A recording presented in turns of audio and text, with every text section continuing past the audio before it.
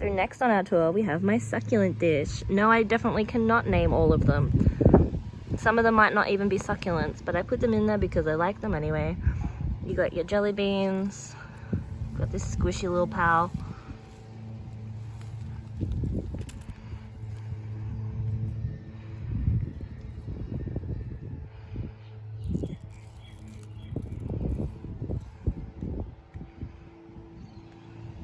Another duck. This one's my favorite.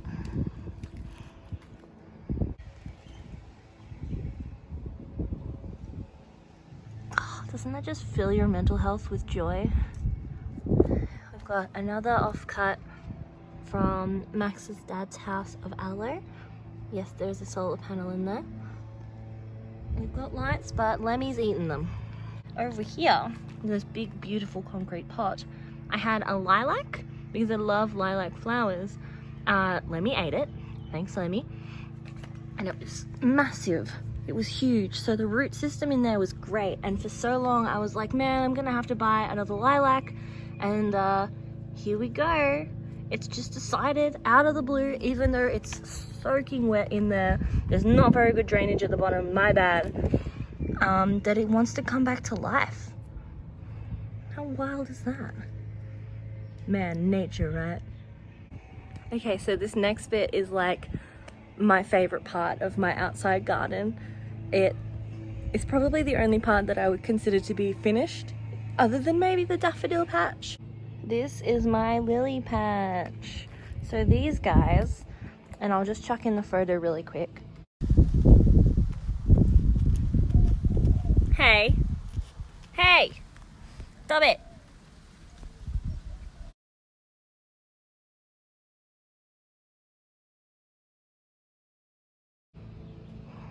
These guys were so small at the start of the year in like January, and now they are monstrous.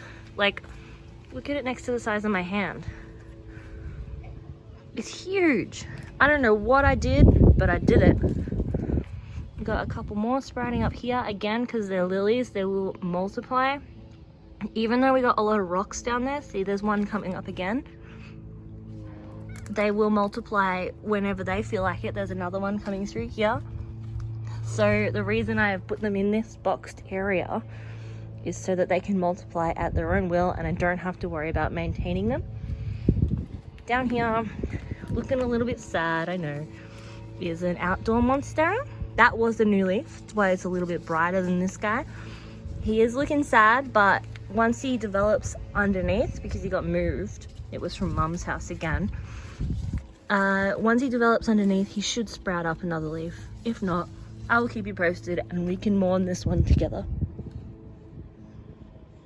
So that concludes the outdoor tour.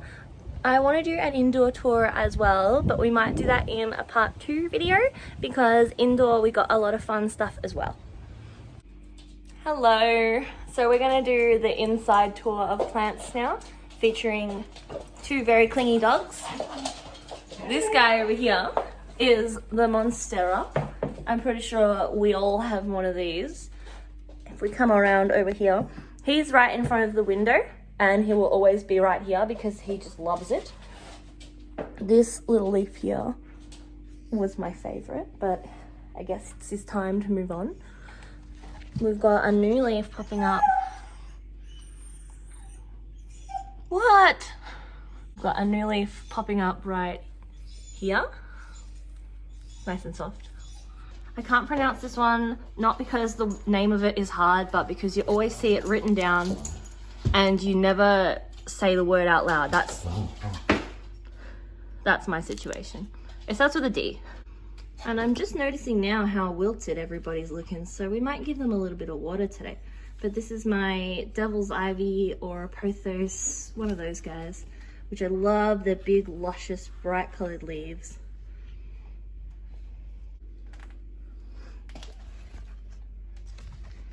Maidenhair, looking healthy. Haha, loving it. Actually, now I look up a little bit closer, we've got like a little bit of new growth.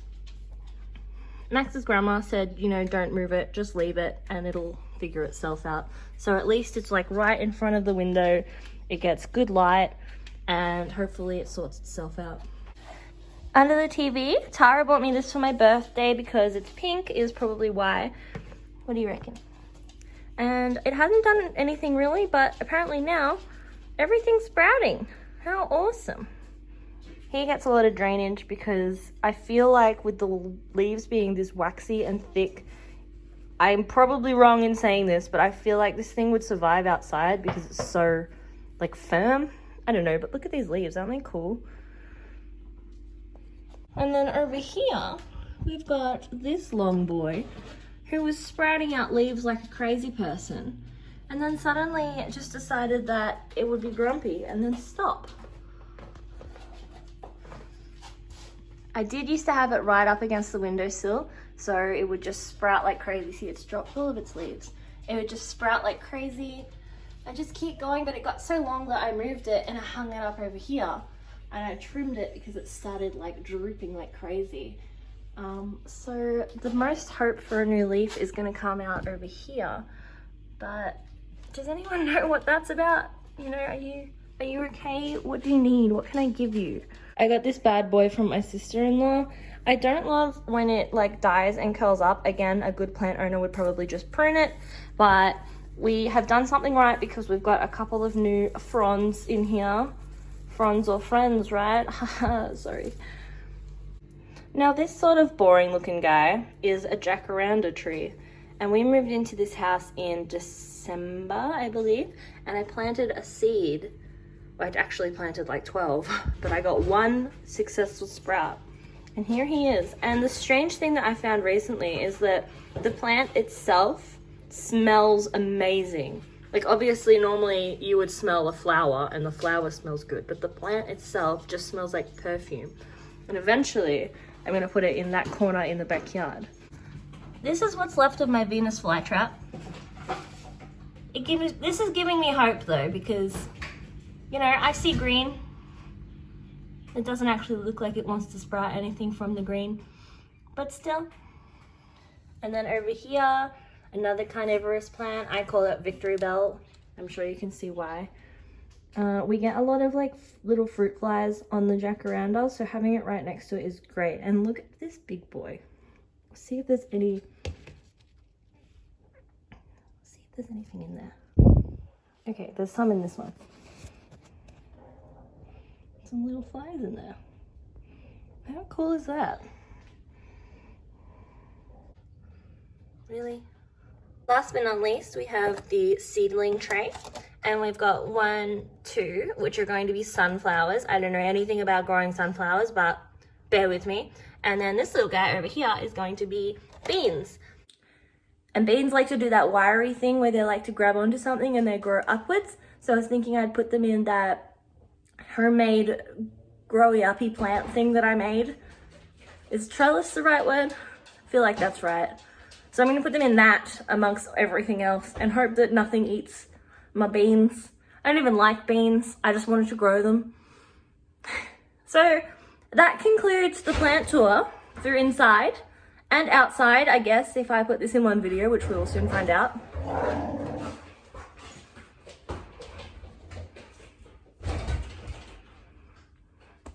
I hope you enjoyed.